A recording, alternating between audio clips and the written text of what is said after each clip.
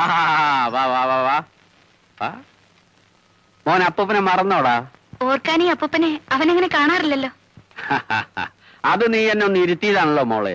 ഇന്ന് മോഹമില്ലാഞ്ഞിട്ടല്ല, അടുത്താണോ എന്നും വന്ന് കാണാൻ. ഇപ്പൊ തന്നെ ഇവിടെ ഒരു കൊല നടന്നു അറിഞ്ഞപ്പോ പെട്ടെന്ന് പുറപ്പെട്ടു വന്നതാ. മരിച്ച ആളിനെ അച്ഛൻ അറിയായിരുന്നോ? സർക്കാർ കോൺട്രാക്ടർമാർക്ക് സിമന്റ് കച്ചവടക്കാരെ അറിയാതിരിക്കാൻ പറ്റില്ലല്ലോ. അടുത്ത് നടന്ന ഒരു ഇടപാടിൽ നല്ലൊരു തുക അയാൾ എനിക്ക് തരാനുണ്ട്. ലക്ഷ്യമൊന്നുമില്ല. ജയനെ കണ്ടൊരു വഴി ആലോചിക്കണം. അച്ഛന് കുടിക്കാൻ വല്ലതും എടുക്കട്ടെ? ഇല്ല ഇല്ല ഇല്ല ഇല്ല. മോനെ നോക്കാൻ ഞാൻ അയച്ച പയ്യനെ നീ എന്താ തിരിച്ചയച്ചത്? ഈ വീട്ടിൽ ഭാര്യയും ഭർത്താവും തമ്മിലുള്ള വഴക്ക് അന്യരെ അറിയിക്കണമെന്ന് കരുതി. വഴക്കോ? മകളുടെ ക്ഷേമം അന്വേഷിക്കാനല്ലല്ലോ അച്ഛൻ വന്നത്, വക്കീലിനെ കാണാനല്ലേ. മരുമകൻ ഓഫീസിലുണ്ട്. ഒരു സാധാരണ കുറ്റവാളിയല്ല Sathyaraj. He's an international criminal. എങ്ങനെ വാദിച്ചാലും ജാമ്യം കിട്ടില്ല. ഞാൻ പറഞ്ഞ വഴി ഒന്ന് ആലോചിച്ച് നോക്കൂ. പണം എത്ര വേണമെങ്കിലും കൊടുക്കാം.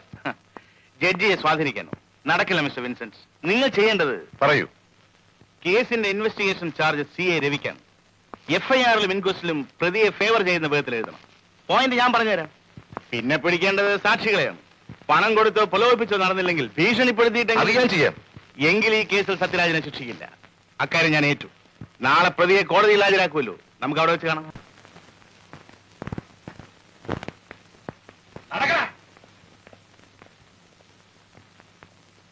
രാഘവനാരെ, ഒരു സംശയം കൂടി. ഇന്ന് എത്രാമത്തെയാ? വെറുതെ അല്ല ആളുകൾ തന്നെ സംശയം വാസു എന്ന് വിളിക്കുന്നത്. ഇത് സംശയമല്ല, കരടി ഇങ്ങോട്ട് വിട്ടുവെന്ന് കേട്ടപ്പോൾ ഒരു നീ പേടിക്കണ്ട വാസു. കരടി ആണേലും ബൽറാം സാർ ആള് ഡീസന്റാ. ഉമ്മർ സാറിന് അറിയോ ആളെ? പുള്ളി തിരുവനന്തപുരത്ത് നിന്ന് ട്രാൻസ്ഫർ വാങ്ങി പാലക്കാട്ട് CI ആയി വന്നപ്പോ ഞാൻ അവിടുത്തെ കോൺസ്റ്റബിളാ. ഇപ്പൊ ഇവിടെ ഇരിക്കുന്ന DIGയോ ഞങ്ങളുടെ SP. അവിടെ നല്ലേ ഈ കേസും കുഴപ്പമൊക്കെ ഉണ്ടായത്. അപ്പോ ഒരു സംശയം കൂടി. അപ്പോ ഇതിന്റെ കാര്യത്തിൽ എങ്ങനെയാ പശ? പുള്ളിയായിട്ടൊരു കാശും വാങ്ങിക്കില്ല. പിന്നെ നമ്മൾ പാത്തും പതുങ്ങിയും വാങ്ങിച്ചെടുക്കുന്നത് കൈയിട്ട് വാരാനും വരില്ല. പുതിയ കോട്ടേഷൻ നിനക്ക് ഇഷ്ടമായോ? കൊള്ളാം.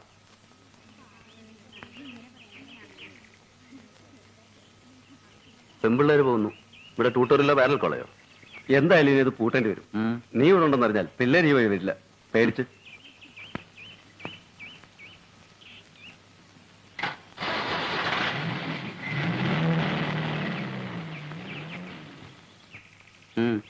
ഞാൻ സാറിനൊന്ന് കാണാച്ചിട്ടാ.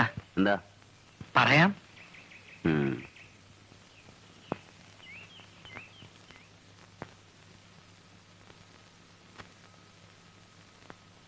കാലത്ത് മുതലേ പുറത്ത് കാത്തിരിക്കുകയായിരുന്നു ഞാൻ.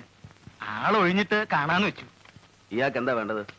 ഇവിടെ നിന്ന് മാറ്റം പോയ സാറിന്റെ ഒരു കയ്യാളായിരുന്നു. എന്ന് വെച്ചാൽ അടുക്കളയിൽ ഒരു കാര്യസ്ഥനായിട്ട്. അതുപോലെ സാറിന് വല്ല സഹായവും വേണ്ട. ശമ്പളം ഒന്നും മോഹിച്ചല്ല, വട്ടച്ചെലവിനുള്ള കാശ് കിട്ടിയാൽ ഞാൻ. ആവശ്യമില്ലെന്ന് പറഞ്ഞില്ലേ? അത് കഷ്ടാണ്. ഇറങ്ങി പോണവാൻ.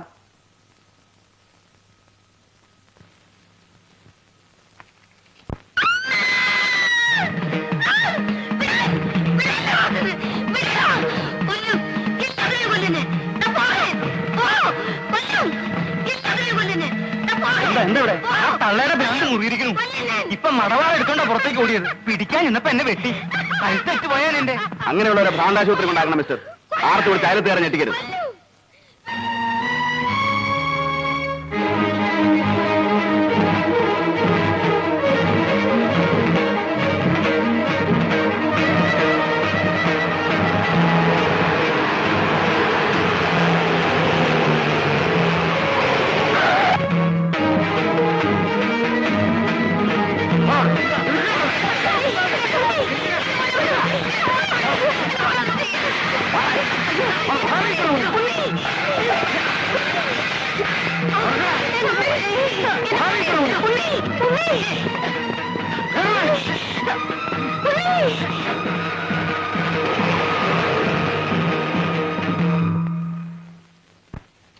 എന്താ ഇയാൾക്ക് വേണ്ടത്?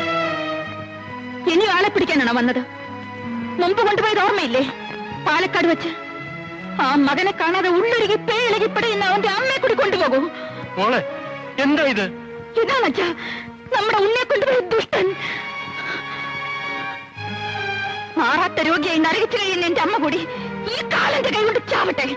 കൊണ്ടുപോയിക്കോളൂ. ഭ്രാന്താശുപത്രിയിലേക്കല്ല, എന്റെ അനിയനെ തെറ്റെടുത്തേക്ക്.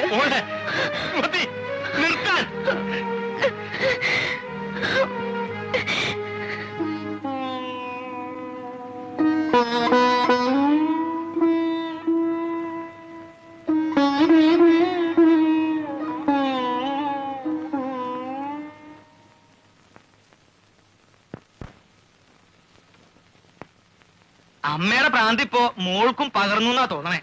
നിങ്ങൾക്ക് ആ വീടുമായിട്ട് എന്താ ബന്ധം? നേരി ഒരു ചാർച്ചയുണ്ട്, അത്രേ ഉള്ളൂ. വിഷ്ണു എന്നാ എനിക്കിട്ടിരിക്കണ പേര്. എന്നിട്ടും പഷ്ണിയാ ഫലം. അതുകൊണ്ട് ഇവിടെ കൂടുന്നു. ഇവര് പാലക്കാടായിരുന്നല്ലേ? അത് കുറച്ചു കാലം. ആ നമ്പൂരി എവിടെ മാഷായിരുന്നു. തിരുമേനി റിട്ടയറായി. അപ്പൊ അവരിങ്ങോട്ട് പോന്നു. ആ ചെക്കനെ കൊന്നതാണത്രേ പോലീസ്. അങ്ങനെയാവും. ആൾക്കാർക്ക് ഇപ്പൊ എന്താ പറഞ്ഞുവിടാൻ വയ്യാത്തെ? തനിക്ക് ഇവിടുത്തെ ലിക്കർ ഷോപ്പ് അറിയോ? അറിയാലോ, പറഞ്ഞോളൂ. എന്താ വെച്ചാൽ ഞാൻ ചെയ്തു തരാം. ഒരു പണിയില്ലാണ്ട് എങ്ങനെ ഇരിക്കുക? ഇവിടെ പഷ്ണിയില്ലേലും കഷ്ടാസ്ഥിതി. വരൂ.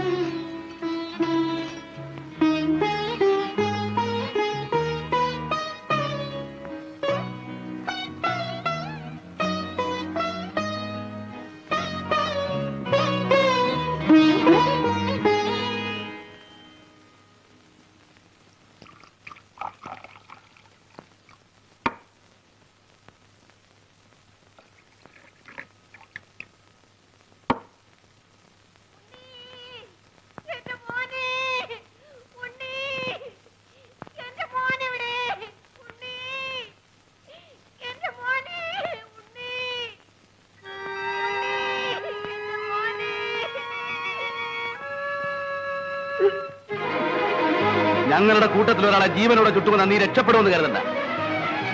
പറയണ, ആരായിരുന്നു നിന്റെ കൂടെ?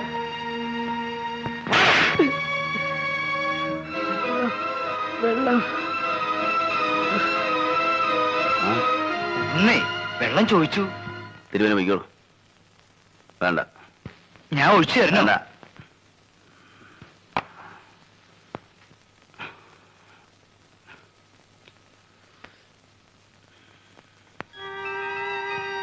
എന്താ ബാലു കുടിക്കില്ലേ? ഇല്ല സർ. നേരെ വിളിക്കുന്നതിന് മുമ്പ് ആ പയ്യനെ കൊണ്ട് സത്യം പറയിപ്പിക്കണം. സാർ, ആ ചെറുക്കന്റെ എന്താ കാറ്റ് പോയി തോന്നുന്നു.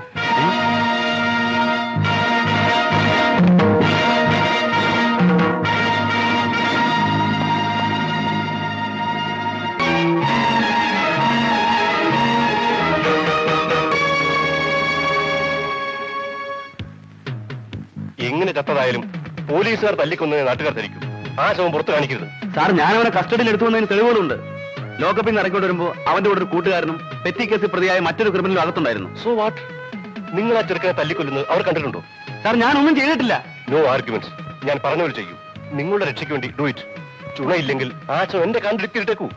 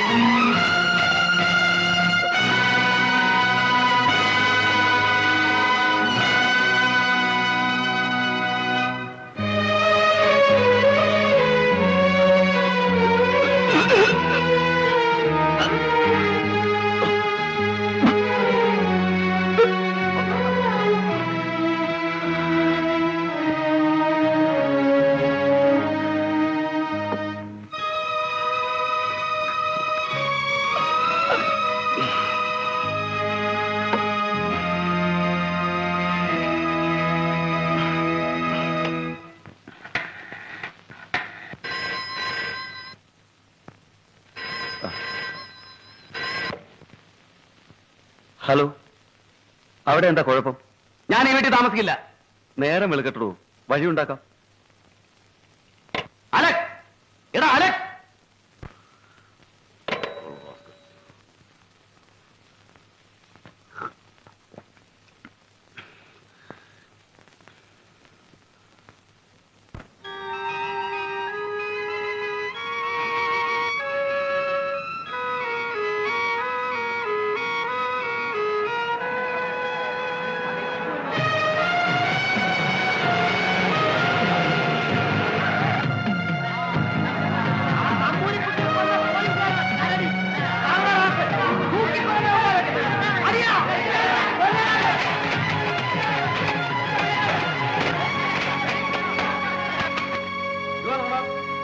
ക്രൂരമായ കൊലപാതകത്തിനും പ്രേതം പോലും പുറത്തു കാണിക്കാതെ തെളിവ് നശിപ്പിച്ചതിനും ഈ പ്രതിക്കൂട്ടി നിൽക്കുന്നത് ഉയർന്ന പോലീസ് ഉദ്യോഗസ്ഥന്മാരാണെന്നുള്ള ഒറ്റ കാരണം കൊണ്ട് തന്നെ പ്രതിഭാഗം നൽകിയ ജാമ്യാപേക്ഷ അനുവദിച്ചുകൊണ്ടെന്ന് ഞാൻ ബഹുമാനപ്പെട്ട കോടതിയോട് അപേക്ഷിച്ചുകൊള്ളുന്നു.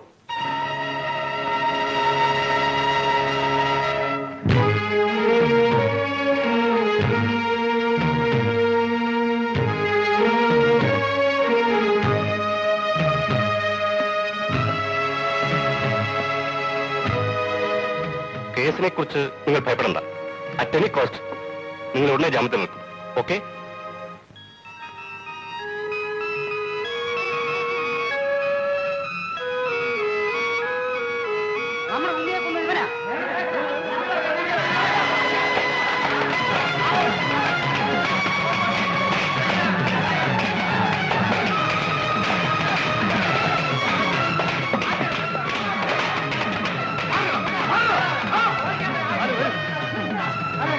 ബാലു, ഈ സിറ്റിയിൽ വെച്ച് പട്ടിയെപ്പോലെ നിന്നെ തല്ലിക്കൊല്ലുന്നതാണ് ഞങ്ങൾക്ക് വയ്യ. ഒരിക്കൽ നീ ഈ കാക്കി ഉടുപ്പിട്ട് നടന്നവനല്ലേ, അതുകൊണ്ട് ഇനി ഞങ്ങളെ നാണം കെടുത്ത് അർപ്പിക്കൂ.